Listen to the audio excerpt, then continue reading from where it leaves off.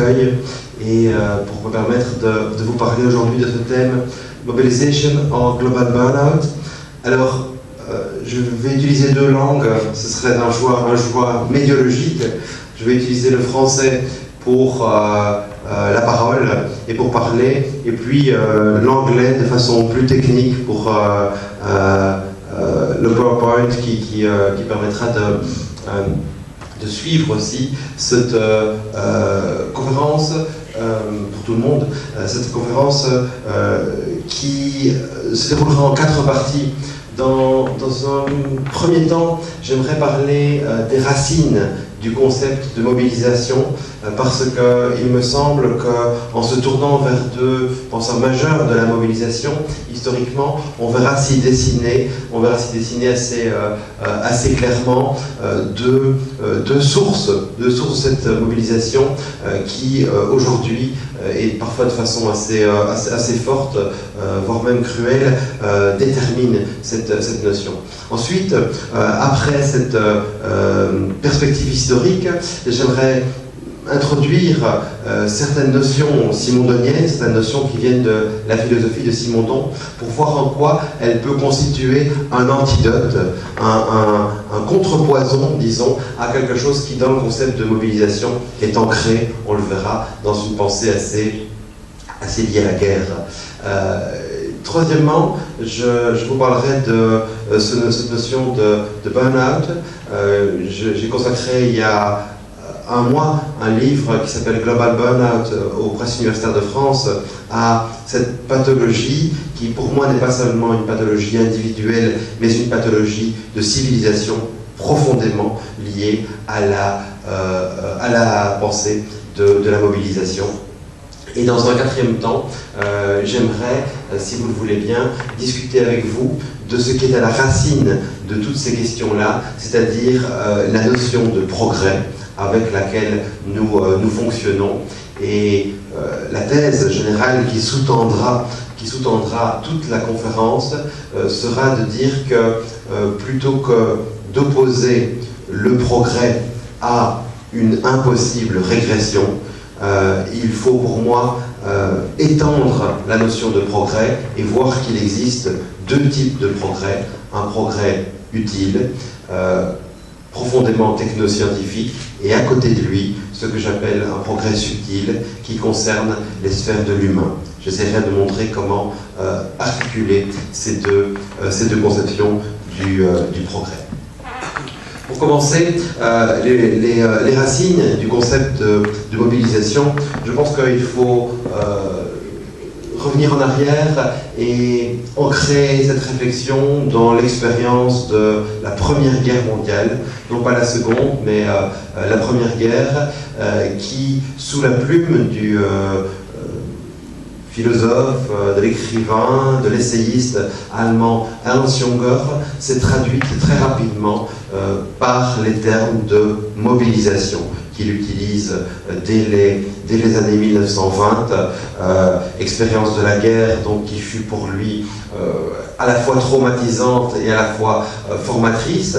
C'est bien sûr la Première Guerre mondiale, mais c'est aussi la première guerre dans laquelle la technique change radicalement les rapports offensifs, les rapports entre les militaires, mais change aussi le rapport à la guerre elle-même, ce qui peut survenir avec les avions, avec les bombes qui pleuvent, orage d'acier, c'est vraiment le thème, le titre très bien choisi de son livre, veut dire que toute une technologie est mise en mouvement et mobilisée pour conduire à un but qui est un but offensif.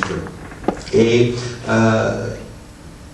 Ernst Junger va, dans toute son œuvre, développer ce thème de la mobilisation né de la guerre pour parler également du travailleur. Son grand livre sur le travailleur sera aussi mis sous le signe de cette mobilisation. Le travail Et avec un grand T, il y a presque une métaphysique là-dessous, le travail et cette capacité qu'ont les humains d'aller chercher dans la nature toutes les ressources qui peuvent contribuer à un projet global. C'est vraiment une racine de la mobilisation qu'il faut garder à l'esprit pour savoir que faire aujourd'hui de ce concept, qui est un concept, à mon sens, profondément ambivalent, celui de mobilisation. On voit que cette ambivalence est née chez Junger dans une sorte de fascination, parce qu'il y avait une fascination presque esthétique chez lui pour la guerre, ce qui a posé de grands problèmes idéologiques par la suite. Et puis, à côté de cette fascination, il y avait bien sûr une horreur. Je ne m'étendrai pas longtemps ici sur l'influence que Ernst Junger et cette pensée a pu avoir sur Martin Heidegger, mais enfin, il est clair que les notions de Gestell, d'arraisonnement que Heidegger développe dans son étude de la philosophie de la technique sont liées et sont ancrées dans cette façon guerrière finalement de voir la mobilisation.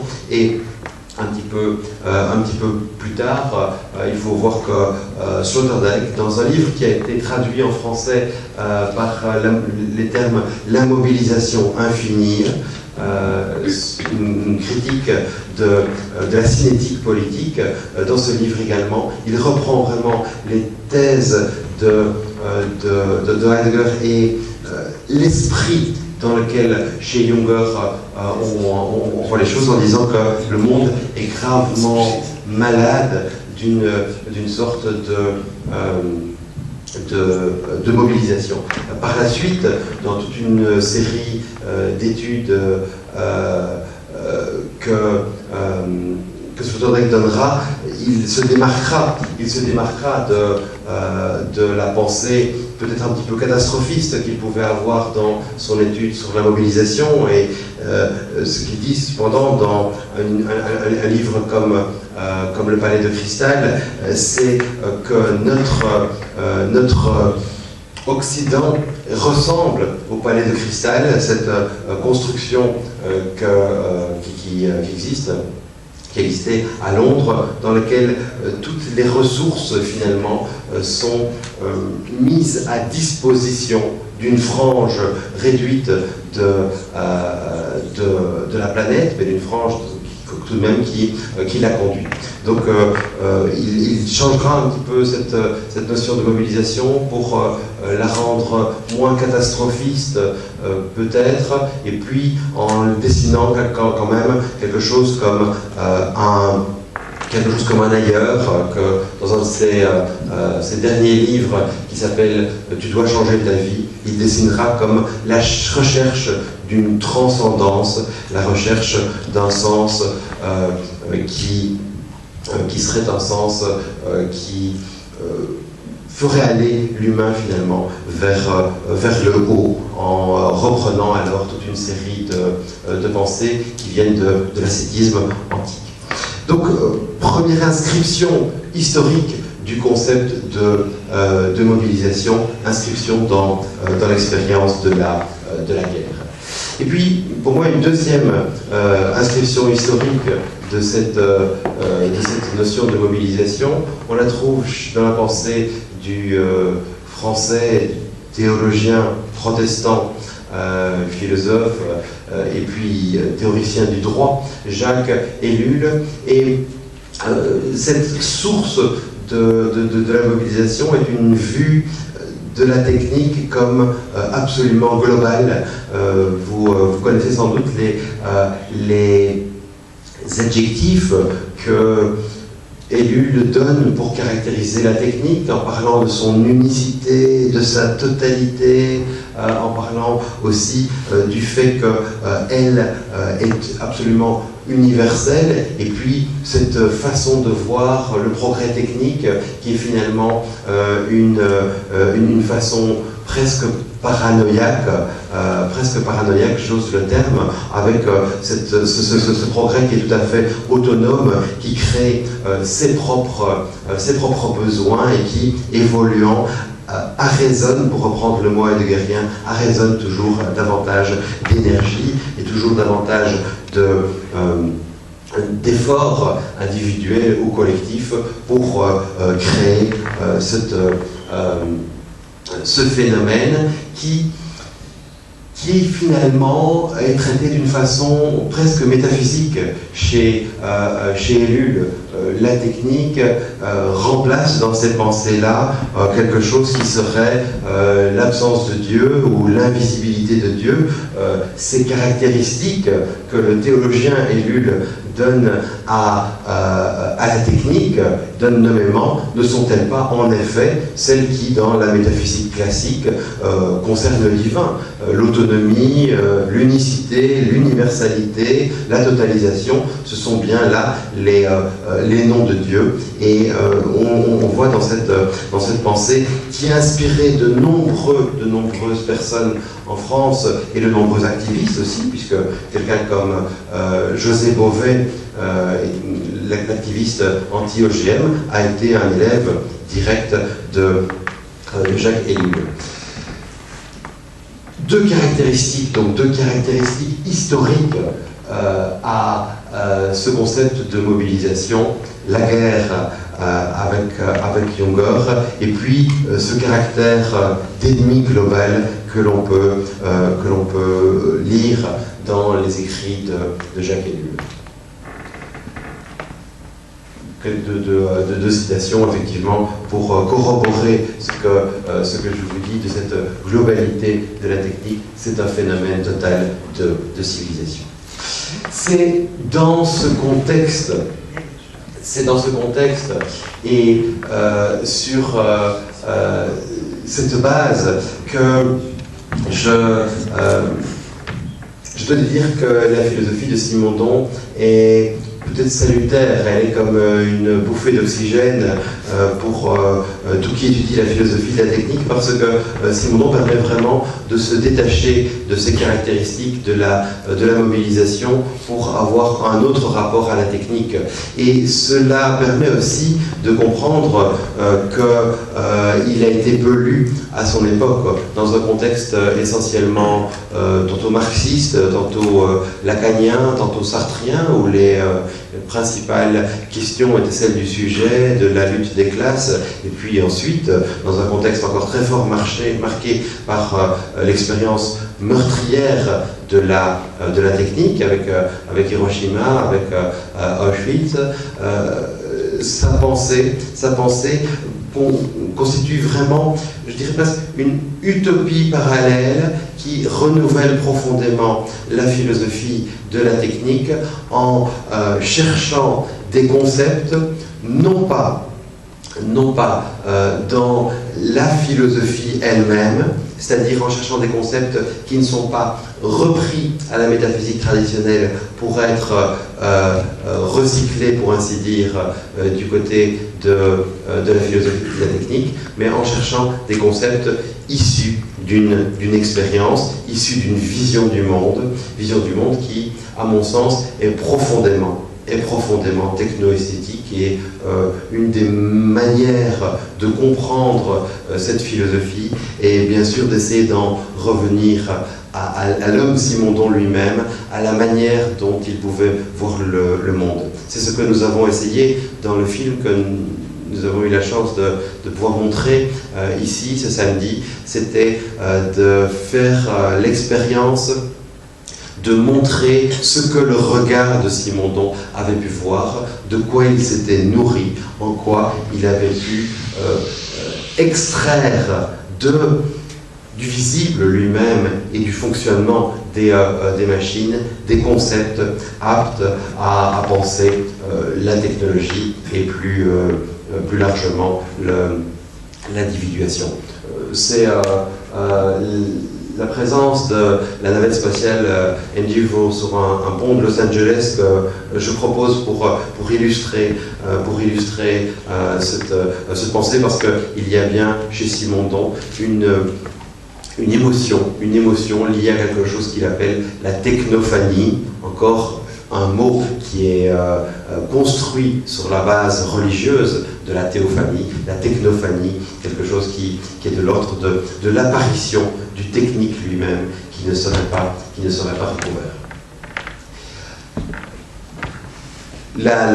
Comme on a pu se rendre compte, comme j'ai pu vraiment m'en rendre compte avec une grande joie, la pensée de Simondon qui, il y a une quinzaine d'années, a été très très peu lue, a maintenant connu une phase de développement, d'extension, et elle est bien connue, elle est bien présente dans toute une série d'études, donc je ne vais pas revenir longtemps sur les grands thèmes, mais enfin, il y a deux versants chez Simondon, un versant qui est une étude de l'objet technique, c'est son grand livre de 58 du mode d'existence des objets techniques, et puis deux autres livres sur l'individu et sur l'individuation.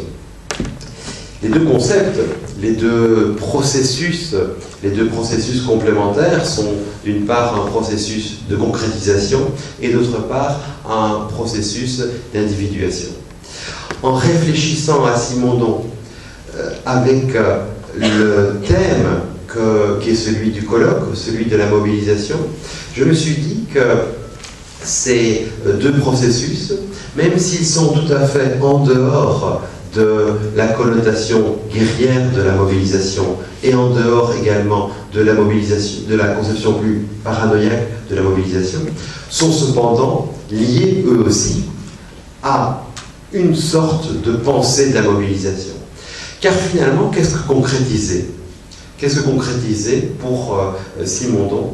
C'est faire en sorte que dans un système, des éléments soient reliés les uns aux autres de manière fonctionnelle pour qu'ils produisent un effet qui sera suivi d'autres effets encore. C'est ce que Simondon appelle la surabondance d'effets. Il y a d'une certaine manière dans ce concept de concrétisation une synthèse, mais ce n'est pas une synthèse abstraite, c'est une synthèse profondément concrète. Mais tout de même, en y réfléchissant, la concrétisation simondonienne est aussi une manière de rassembler, est aussi une manière de faire que tout soit mobilisé, tout ce qui doit l'être soit mobilisé dans la construction de l'objet lui-même. Et dans sa théorie de l'individuation, qui est l'autre versant, l'autre côté de la théorie simondonienne, dans sa théorie de l'individuation, il y a aussi une notion qui est une notion née et liée à celle de mobilisation, qui est celle d'énergie potentielle. J'ai toujours été fasciné par le fait que Simondon remplace le vieux schéma aristotélicien forme-matière, le schéma illémorphique, dans lequel on dit qu'une forme active impose à une matière passive ses déterminations. Il lui substitue quelque chose qui est déjà présent chez Bergson, qui est un milieu rempli d'énergie potentielle, qui sont toutes prêtes à être mobilisées justement par une singularité. Le monde simondonien est compréhensible si on y voit toujours la rencontre entre énergie et forme, énergie et singularité. Et c'est un monde qui est vraiment toujours prêt à évoluer, qui est en perpétuel devenir, qui est, comme il le dit lui-même, métastable. Et à ce propos, j'aimerais proposer une piste de lecture des deux livres. Le premier de Simondon qui a trait à l'individu et sa genèse physique et biologique. Et ensuite, Simondon va parler de la psychologie, du collectif. Les deux livres sont également fascinants, mais le livre qui a trait à la psychologie va très vite. Je ne sais pas si certains d'entre vous ont pu faire l'expérience de lire ces pages-là sur l'humain, sur l'émotion, en essayant de vivre ce qu'il décrivait comme vie véritable de la psychologie. Personnellement, j'ai essayé et c'est quelque chose qui est tout à fait inhabitable. C'est quelque chose qui est inhabitable tellement cela va vite. En réalité, si on réfléchit bien, Simondon développe ces concepts en réfléchissant à la physique, mais en décrivant la physique elle-même, ou en décrivant la brique. Et pour décrire une brique, il a un vocabulaire extrêmement riche, tout à fait spécifique, très bien choisi. Et ces concepts naissent alors de l'expérience de l'individuation de la brique elle-même. Et un peu plus tard, quand il transduit ces concepts vers la psychologie, il y a de moins en moins de mots, il y a de moins en moins de termes qui sont spécifiques à la vie psychique. Peut-être que dans une page de Proust ou de Stendhal, il y a plus de synonymes pour dire les émotions, mais il y a toujours les mêmes concepts, et il y a la perception qui doit se transformer, et il y a l'affection qui doit se transformer, l'individu qui va vers le transindividuel. C'est tout à fait fascinant, mais c'est aussi une vision de l'individu qui est tout le temps mobilisée justement, qui est tout le temps en mouvement et en devenir, si bien que la question que l'on peut adresser à la philosophie de Simondon, eh bien, c'est une question concernant peut-être la contemplation, ou peut-être l'être, le contraire du devenir, ou peut-être concernant une certaine pacification.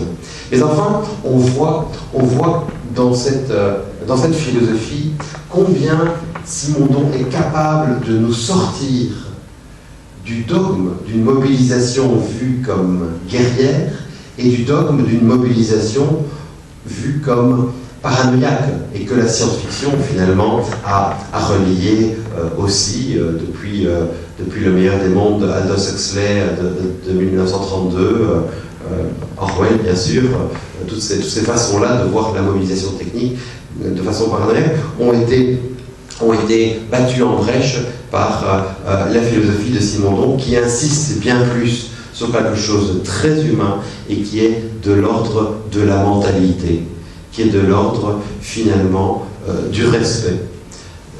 Cette philosophie a un message qui est enraciné, pour moi, dans l'anti-esclavagisme, dans la nécessité de faire en sorte que des pulsions esclavagistes de l'humain soient mises entre parenthèses. Simondon dit, l'humain se rapporte tout de même naturellement à l'autre et rapidement à l'autre comme un potentiel esclave ou comme un potentiel outil. Et maintenant, nos esclaves sont nos machines.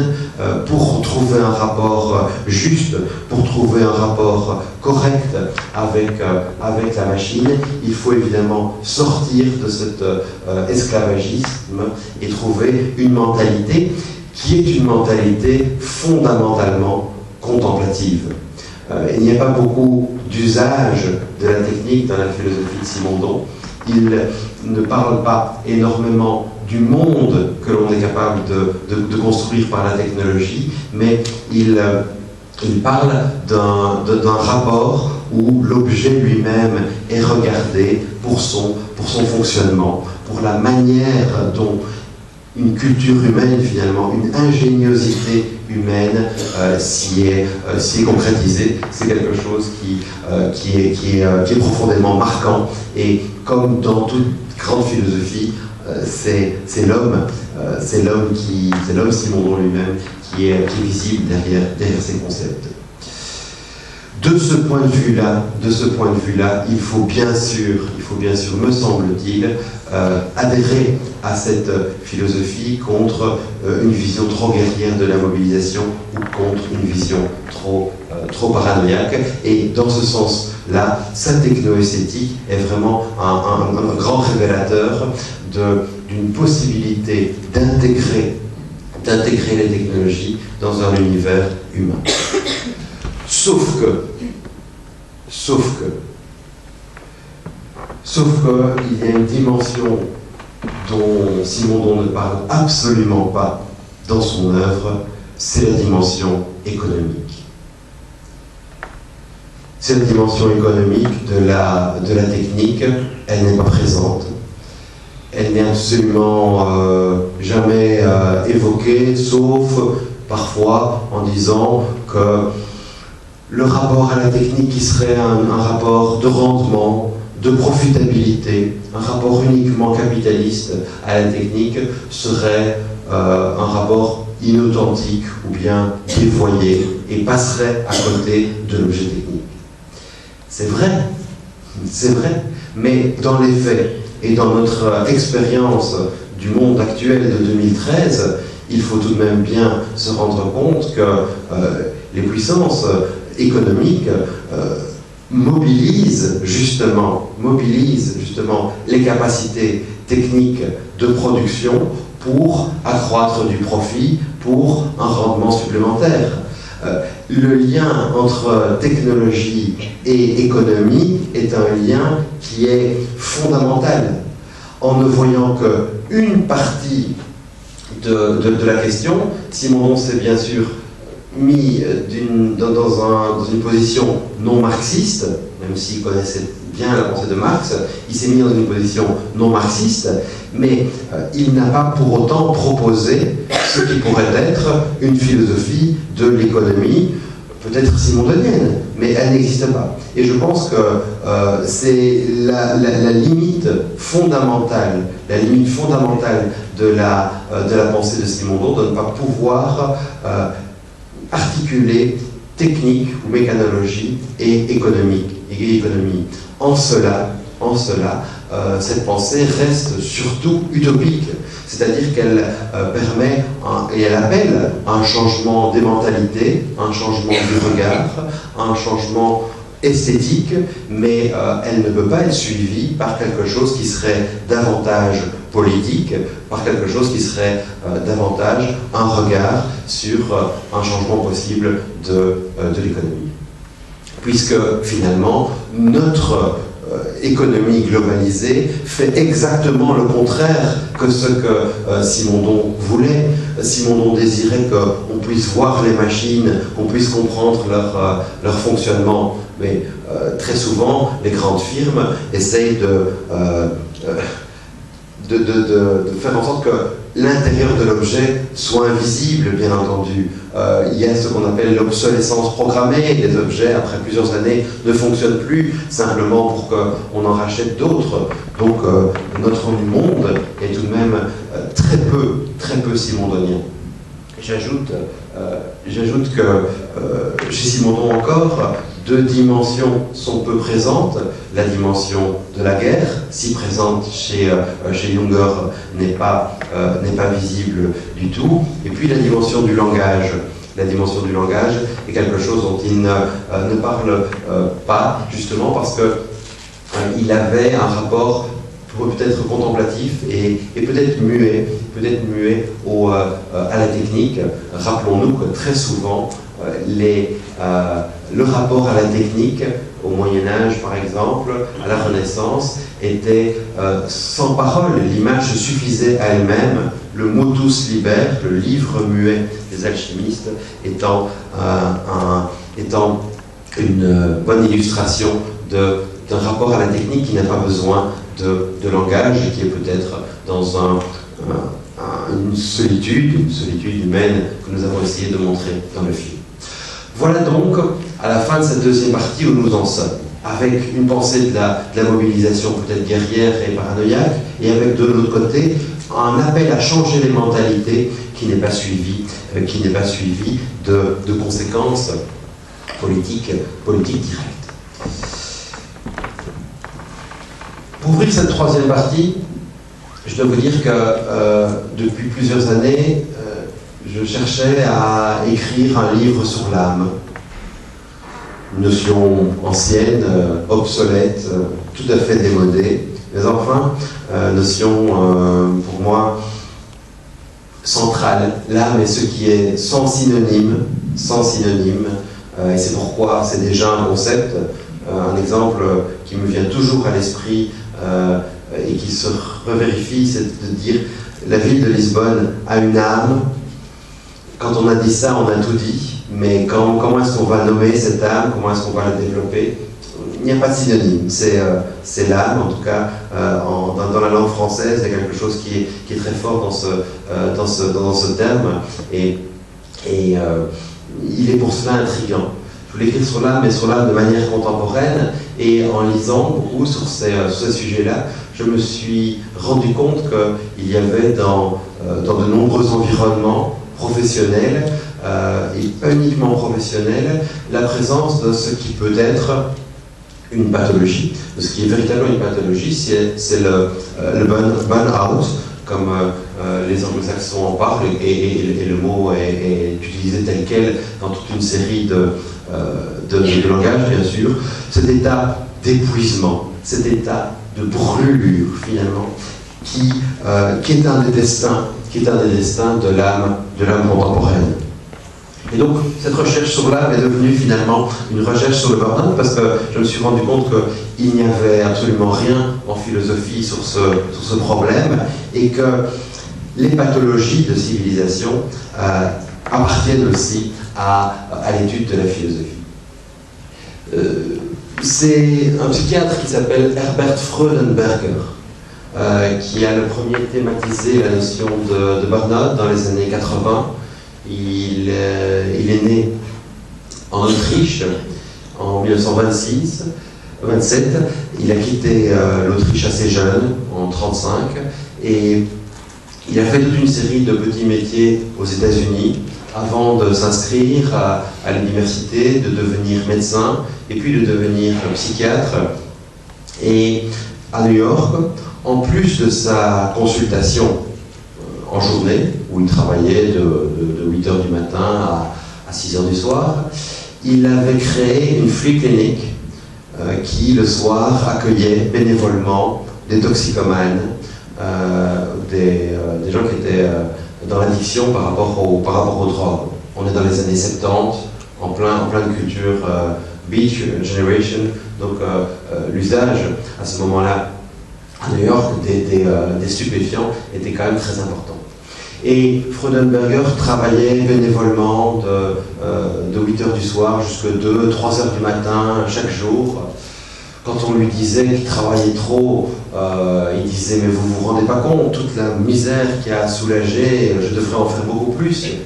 Quand on lui disait qu'il devenait de plus en plus maigre, il disait « mais bon, Frank Sinatra est encore plus maigre que moi, je peux aller plus loin ». Et il réagissait toujours de cette manière-là, jusqu'au jour où il n'a pas pu se relever. Il n'a pas pu se relever, il devait partir en vacances avec sa femme et ses enfants. Et au lieu de partir, il est resté au lit et il a dormi pendant 4 jours, pendant 5 jours. Et puis, comme il avait été formé à la psychanalyse, il s'est enregistré. Ça a été sa manière à lui de se guérir. Et pendant environ 3 semaines, il raconte qu'il a parlé sur son état, sur ce qu'il vivait. Par la suite, il s'est réécouté et il a senti dans sa voix d'abord un changement, une altération de personnalité. Il a senti également quelque chose comme du cynisme et puis comme une culpabilité par rapport à sa famille. Et très rapidement, il a mis un terme, il a mis un mot sur ce qui se passait chez lui. C'est une sorte d'incendie, burn-out, mot que l'on utilisait pour décrire les toxicomanes eux-mêmes. Et très vite, ses collègues, qui appartenaient à des professions de soins, se sont reconnus dans le mot, avec ce grand épuisement finalement, cette très grande fatigue de ceux qui en font trop. Freudenberger écrit alors un livre sur le burn-out justement, et après il en écrit un deuxième qui s'appelle Women's Burnout, puisque très souvent les femmes sont peut-être plus encore que les hommes sujettes à cette maladie. Et il y dit qu'il s'agit de la maladie du bon américain. Il dit qu'il s'agit d'une maladie liée à l'American Way of Life. Pour moi, ce fut très important de lire cela parce que je pense qu'il s'agit véritablement d'une pathologie de civilisation. Il ne s'agit pas d'un trouble qui affecte certains individus uniquement, mais il s'agit de quelque chose qui caractérise notre civilisation, dont la mobilisation, justement, est parfois poussée vers le trop et parfois poussée vers l'excès. J'ai cherché dans l'histoire s'il y avait des ancêtres à cet épuisement, finalement. Et j'en ai trouvé un dans l'Acédie ancienne, que les théologiens, par exemple Saint Jean Cassien, dans ses institutions cénobitiques, a thématisé. Et c'est très intéressant de lire des textes sur l'Acédie, parce que, vous le savez, l'Église a toujours été assez tolérante par rapport à la paresse. Elle fait partie de la nature humaine, cette paresse. Par contre, l'Acédie, Akédia, l'Acédie, a été caractérisée par l'Église comme un péché mortel. Il faut dire que l'acédie, qui est étymologiquement le fait de devenir froid, puisque les acides sont froids, selon la conception du Moyen-Âge, devenir froid dans un univers où il faut normalement avoir beaucoup de ferveur, être enthousiaste, être chaleureux, devenir froid, c'est ce qui peut arriver de pire. Et l'acédie, elle survenait aux meilleurs des moines, à ceux qui priaient le plus, à ceux qui étaient le plus dans la dévotion, à ceux qui étaient les plus fidèles à Dieu. Et à un moment, cela s'emparait d'eux et ils étaient, d'une certaine façon, incapables d'encore prier. L'Église a été très vigilante par rapport à cela, parce qu'elle a bien compris que c'était un début d'athéisme, finalement. C'était les moines les plus fervents qui ne croyaient plus au système, Et je trouve que le parallèle est assez juste avec le burn-out, puisque le burn-out s'empare des travailleurs les plus aidés, les plus enthousiastes, ceux qui donnent le plus d'énergie à leur entreprise, par exemple, et puis qui, comme Freudenberger un matin, n'en peuvent plus, sont littéralement épuisés.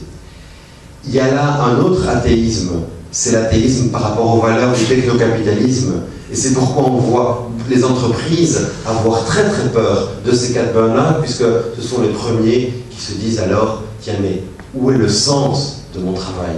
Où est le sens de ma vie finalement? Puisque le travail a quelque chose de métaphysique. Bien sûr, on vend ce qu'il y a de plus précieux dans notre existence contre d'abord de l'argent, mais bien sûr, on demande d'autres choses aussi. Pour essayer de un peu mieux comprendre ce phénomène de burn-out, je me suis notamment tourné vers quelqu'un qui est excellent, c'est Matthew Crawford, américain, philosophe américain, qui a écrit l'éloge du carburateur. L'éloge du carburateur, c'est traduit en France aux éditions La Découverte. Et je trouve que les éditions La Découverte sont quand même des éditions qui portent très bien leur nom, parce que c'est souvent très prospectif. Matthew Crawford, essai sur le sens et la valeur du travail. Et il était philosophe, et après ses études de philosophie, il a eu un job pour un website où il devait résumer des articles de sciences humaines. Il était extrêmement heureux de cela, puisque c'était sa grande passion, c'était lire. Et au début, il devait résumer 5 articles par jour. Et puis, une fois qu'il s'était bien adapté à ce rythme de 5 articles, le management lui dit « Tu vas résumer 8 articles par jour ». Et puis, une fois qu'il était bien adapté, c'était 12 articles, 18 articles. Il a été jusqu'à 28 articles par jour. Il devenait complètement fou. Il passait d'un sujet à l'autre. Il y avait des articles sur la communication, et puis des articles sur la génétique, et puis des articles... Mais bref, il devait résumer. Et en lisant son témoignage, qui s'est bien terminé, parce qu'il a su changer, il a d'abord changé de boulot, et il a ouvert un garage de moto, puisque c'était sa grande passion. Et puis en plus, son expérience de burn-out s'est traduite en un livre, et comme tous les amateurs de Mallarmé le savent, quand une expérience donne et débouche sur un livre, elle est positive. Mais en réfléchissant donc à son expérience, je me suis dit que ces environnements de mobilisation de toutes les énergies du travailleur étaient des environnements qui valorisaient l'adaptation. Ce qui importe, c'est s'adapter et toujours s'adapter. Mais l'humain, qui est la créature vivante qui s'adapte le mieux, ne fait jamais de l'adaptation un but. Nous adapter, c'est un moyen. On s'adapte pour se réaliser. On s'adapte pour chercher un certain bonheur, peut-être. Mais on ne s'adapte pas pour s'adapter. Et s'adapter pour s'adapter, c'est finalement un des autres noms d'un type de mobilisation auquel le technocapitalisme contraint les individus. Adaptez-vous, adaptez-vous. Donc, Matthew Crawford le dit clairement, le but n'était plus de s'adapter, le but était de se réaliser.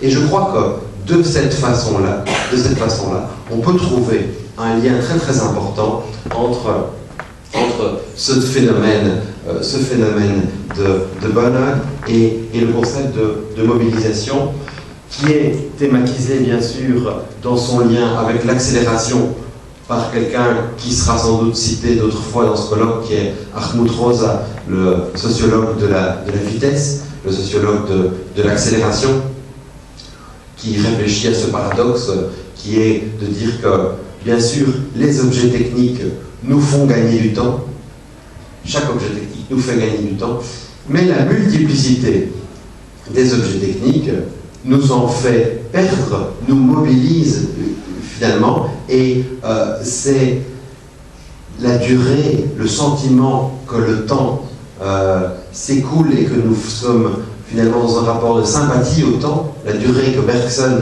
a réfléchi, qui n'est plus présente.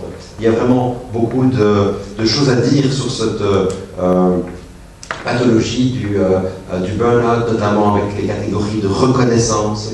On voit dans toute la philosophie allemande que la reconnaissance est de plus en plus importante. Axel Honneth, par exemple, parle beaucoup de cette catégorie, parce que finalement, l'argent n'est pas, n'est pas pour certains suffisant. Il faut en plus qu'ils sachent qu'ils ne peuvent pas être remplacés justement par une machine, peut-être.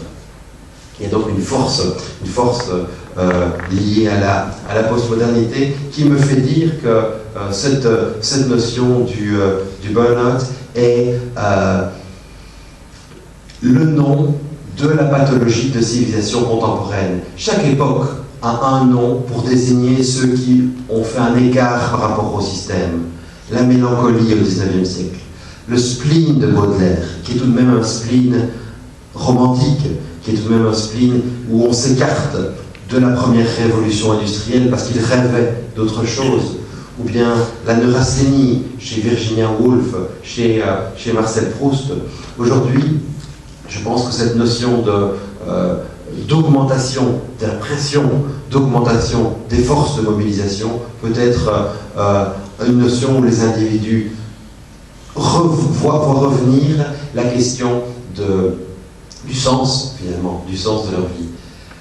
J'ai mis ici la reproduction d'un tableau qui est de Bruegel, mais c'est un faux Bruegel, mais qui est un des plus beaux faux Bruegel, qui est au musée royal de Bruxelles, et qui est la chute d'Icare.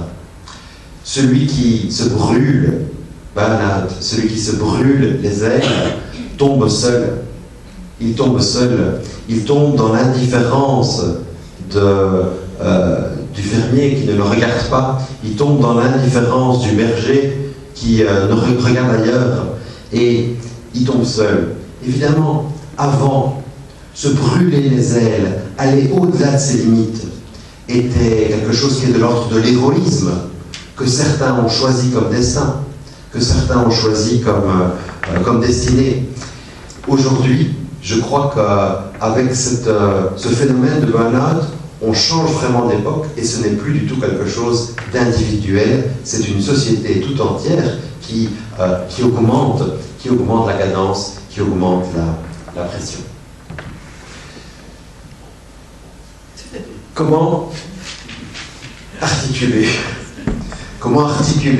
ces trois dimensions? Il y a presque un puzzle avec beaucoup de questions, peut-être plus de questions que de réponses. C'est le propre de la philosophie. Mais j'aimerais lier ces questions à une conception sur le progrès. Parce que je crois que le concept de progrès est central dans ces réflexions. Bien sûr, plus personne ne croit au progrès. Mais je ne pense pas que contre le progrès, il soit possible de parler de régression ou de retour en arrière. Je crois que ce sont juste des discours, la nécessité, l'idée que c'était mieux avant, qu'on peut retourner à quelque chose qui serait un âge d'or.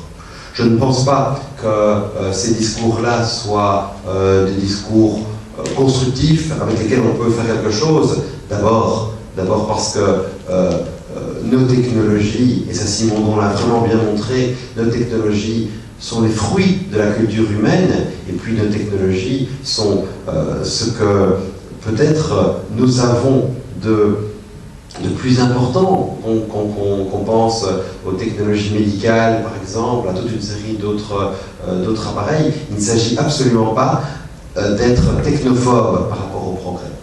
Donc, jouer régression et progrès, pour moi, c'est impossible.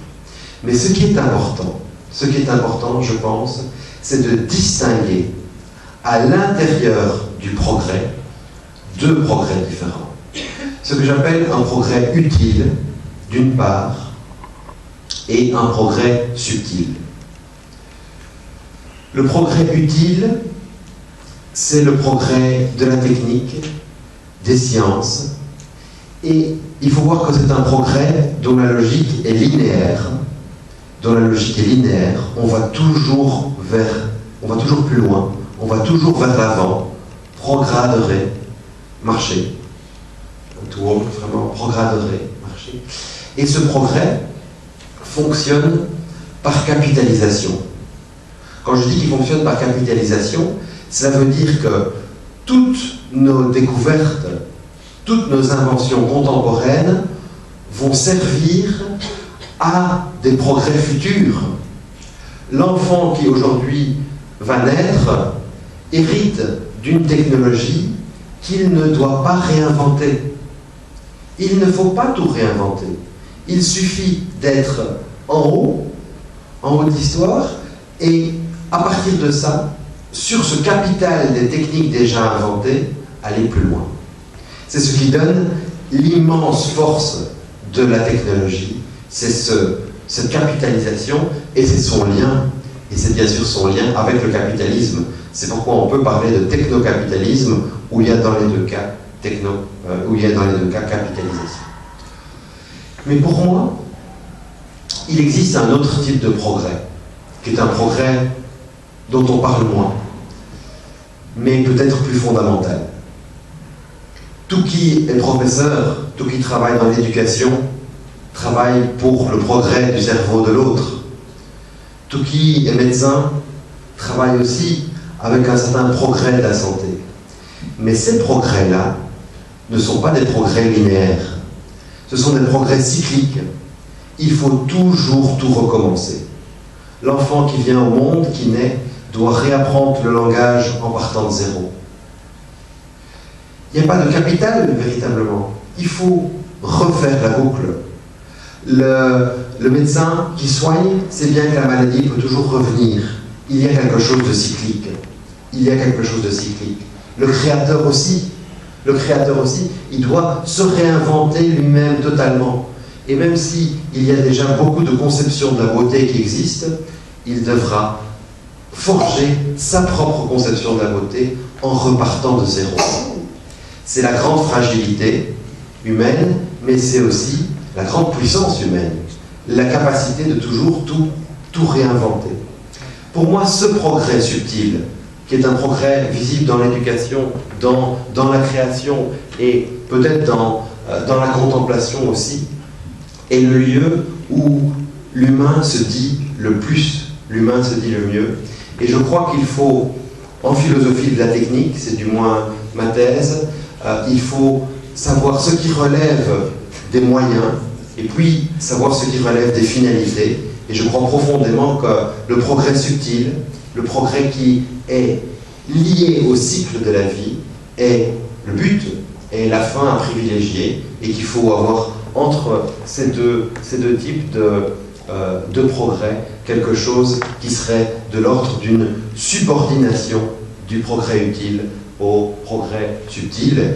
C'est comme cela, je pense, que la mobilisation pourrait avoir un but qui soit un but pacifique, qui soit un but de paix, et non un but guerrier.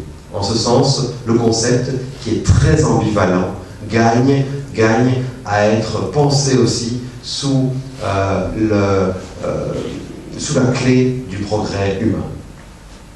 Voilà, je vous remercie beaucoup pour votre attention, pour votre écoute aussi.